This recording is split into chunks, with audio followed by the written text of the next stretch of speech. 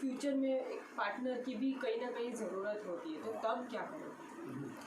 Of course future में, this is a very good question, future में एक partner की ज़रूरत होती है, but what will you tell those women जो 50-60 साल की उम्र में अभी भी अकेले रह रही हैं?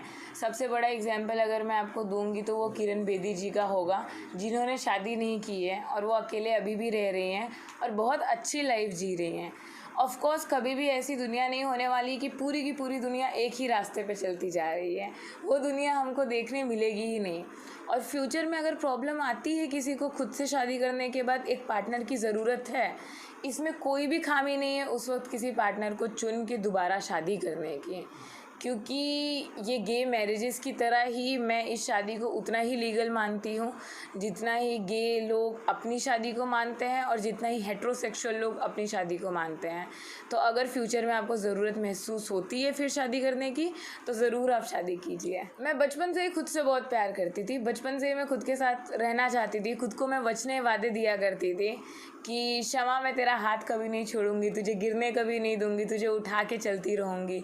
मैं बड़ी हुई तो मुझे पता चला ये वचने में सही में शादी करते वक्त खुद को दे सकती हूँ, तो मैंने सोचा क्यों नहीं। खुद के साथ खुद की शादी करने का ख्याल तो मुझे बचपन से था, ये वापस किक हुआ जब मैंने एन विद एन ई वेब सीरीज़ देखा, जिसमें एक बात मेंशन की गई है कि मैं दुल्हन तो बनना चाहती हूँ पर किसी की बीवी नहीं। तो मुझे समझ में आया ये तो बिल्कुल मेरे साथ भी ऐसा ही है। मुझे रस्में बहुत पसंद है, हल्दी मेहंदी संगीत सब कुछ चाहिए, पर उसके अगले दिन क्या किसी और के घर में बीवी बन के रहना वो मंजूर नहीं था मुझे। और फिर मुझे मन किया और मैंने फिर गूगल पे रिसर्च किया, can I marry my self, और मुझे सोलोगेमी के बारे में पता चला। जैसे ही मुझे सोलोगेमी के बारे में पता चला कि मैं खुद से शादी कर सकती हूँ, तो मैंने डिसाइड किया मैं खुद से शादी करने वाली हूँ।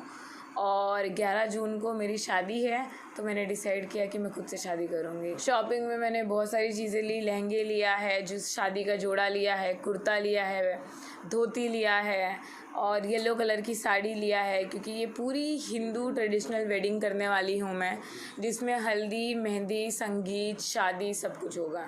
पेरेंट्स को एक्चुअली मुझे कन्विंस करने की ज़रूरत नहीं पड़ी, बचपन से जितने भी फ़ैसले मैंने लिए हैं उसमें उनकी हामी रही है, क्योंकि हमेशा उनको पता है मैं बहुत सोच समझ के सारे फ़ैसले लेती हूँ, जल्दबाजी में नहीं लेती हूँ।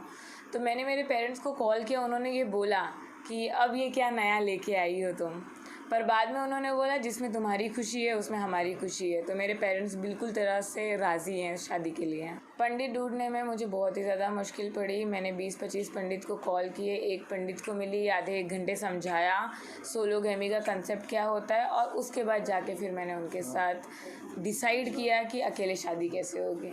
9 तारीख को मेरी मेहंदी होगी और 11 तारीख को मेरी सुबह हल्दी, शाम को शादी होगी।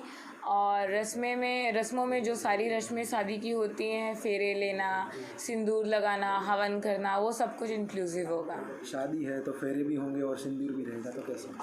वो अकेले होगा, ये तो मैं सिंदूर खुद को लगा रही होंगी, ये तो आईने में देख के आईने में खुद को लगा रही होंगी, और फेरे भी मैं खुद अकेले लेने वाली हूँ। हनीमून पे अगर मुझे ऑफिस से छुट्टी मिलती है तो ज़रूर मैं 2 हफ्ते गोवा जाना चाहूँगी, और वो हनीमून भी मैं अकेले ही जाऊँगी।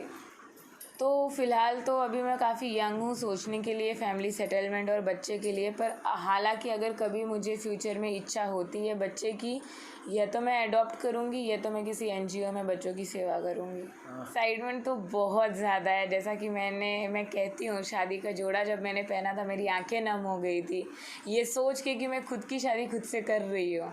तो ये मैं शब्दों में बयान नहीं कर सकती कि मैं कितनी ज़्यादा एक्साइटेड हूँ मेरी शादी के लिए।